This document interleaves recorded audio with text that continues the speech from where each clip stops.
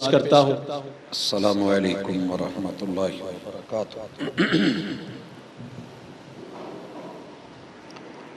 حاضرین مجلس، میں سب سے پہلے شکر گزار ہوں اپنے اللہ کا کہ جس نے بڑے لمبے انتظار کے بعد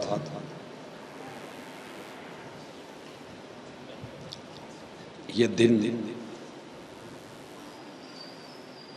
دیکھنے کو دیا۔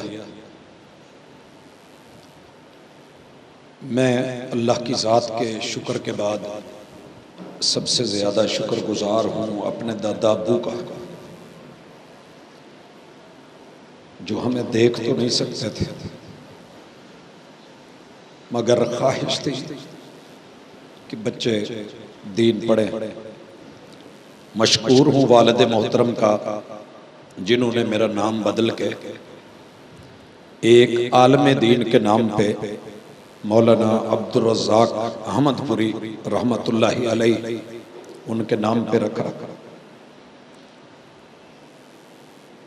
مدینہ منورہ میں تھا، اللہ نے پہلا بیٹا دیا، میں نے امام بخاری کے استاذ جناب زہیر کے نام پہ نام رکھا۔ خواہش تھی میرا اللہ بیٹے کو محدث بنائے گا، خواہش باقی ہے، انشاءاللہ زندگی میں اللہ موقع دے گا۔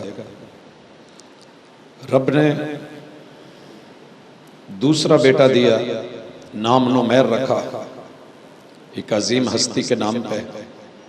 اللہ کی مرضیاں ہیں، وہ ہماری طرح نارمل نہیں ہے، بیٹھا ہوا ہے۔ اللہ تعالیٰ اسے ہمارے لیے خیر کا آخرت کا ذخیرہ بنائے۔ دو بیٹے دو بیٹیاں اللہ کے پاس جا چکے ہیں، مشکور ہوں اپنے رب کا کہ اس نے نعمت دی، اپنی نگرانی میں لے لی۔ یہ بیٹا جب اللہ نے دیا تو دل کی ایک تمنا تھی کہ میرے گھر میں بھی قرآن مجید کی آواز قرائے حرم کی طرح گونجے۔ میں نے نام شریم رکھا۔ اس کے بعد اللہ نے بیٹا دیا، رسول صلی اللہ علیہ وسلم کے داداؤں میں سے سخی ترین انسان ہشام کی تصغیر پہ حشیم نام رکھا، اور آخری کا محمد، کہ جس کے ہم پیروکار ہیں۔ اللہ تعالیٰ اس گھرانے کے اندر وہ خیر اور برکات ان کا نزول فرمائے۔ اس معاملے میں، اس مد میں جس قدر مدد کی ہے اللہ نے، اس کا بھی شکر گزار اہل خانہ نے۔ اللہ تعالیٰ ان سب بیٹھنے والوں کو، میرے ان بچوں کو کل کو مستقبل کا وہ نام بنا کہ جس کے نام کو دیکھ کے دنیا سر اٹھا کے دیکھے۔ بیٹا میں آپ لوگوں کو صرف یہی نصیحت کرنا چاہوں گا، کبھی گھبرا کے سفر چھوڑنا مت، چلتے رہنا، ایک دن آئے گا آپ ایسی جگہ پہ ہوں گے پیچھے مڑ کے دیکھیں گے تو مشکلیں بھول چکے ہوں گے انشاءاللہ۔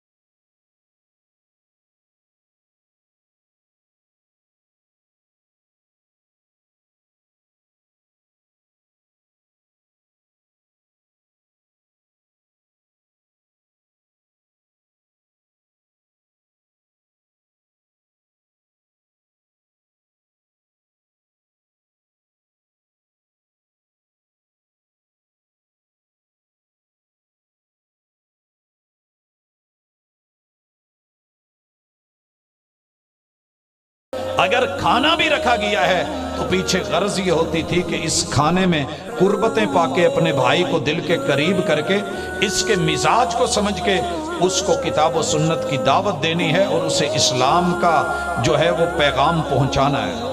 حضرات جب تک ہماری دعوت کا یہ مزاج تھا ہم انفرادی طور پہ اپنے ذاتی رابطوں میں، محبتوں میں، قربتوں میں بہت گہرے تھے اور اس کی جڑیں بڑی گہری تھیں، مگر یہ چیز کم ہوتی جا رہی ہے۔ اللہ کے لیے یہ صرف منبر و محراب، یہ سڑکیں، یہ شاہراہیں، ان پہ لگے ہوئے یہ اونچے اونچے سٹیج، یہی صرف ایک دعوت کی جگہ نہیں ہے، بلکہ آپ اپنے رشتہ داروں میں، عزیز و اقارب میں ٹائم نکال کے ہفتے میں ایک دن، سنڈے کو آف ہے تو تب، جمعے کو چھٹی ہے تو کسی نہ کسی کو نشانے پہ رکھے۔ محمد الرسول اللہ صلی اللہ علیہ وسلم کا ماننے والا 24 گھنٹے کا داعی بھی ہوتا ہے، مبلغ بھی ہوتا ہے، بلکہ لکھنے والوں نے لکھا ہے ہو کلمہ گو شکاری نہ ہو۔ شکار آپ نے کیا کرنا ہے کہ وہ لوگ جو رب کے در سے بدکے ہوئے، جو اللہ کی توحید سے متنفر ہو چکے ہیں، جو محمد الرسول اللہ صلی اللہ علیہ وسلم کا دامن چھوڑ چکے ہیں، کتنی انسانیت ہے 7.5 ارب لوگوں کے اندر، آپ 2 ارب 1.5 ارب، باقی لوگ کدھر ہیں؟ یہ وہ ہیں جو اللہ سے دور، دین سے دور، کلمے سے دور، توحید سے دور، شریعت سے نواقف۔ آج فرانس کا، کل ڈنمارک کا، اس سے پہلے ناروے کا، اس سے پہلے یورپ کا، یہ غیر مسلم ممالک کا رونا تو روتے ہیں، لیکن ان تک ہماری وہ دعوت کا مزاج، وہ دوستانہ تعلق، وہ رسول اللہ صلی اللہ علیہ وسلم کا یہودیوں کے گھر کھانا اور اس دعوت پہ جانا، ان کا زہر ملانا، لیکن پیچھے نقطہ نظر کیا تھا؟ وہ پیار تھا، وہ انسانیت کو حق کی طرف، دین کی طرف، جنت کی طرف دعوت کا مزاج تھا جو آپ کو یہودیوں کے گھر بھی لے گئی۔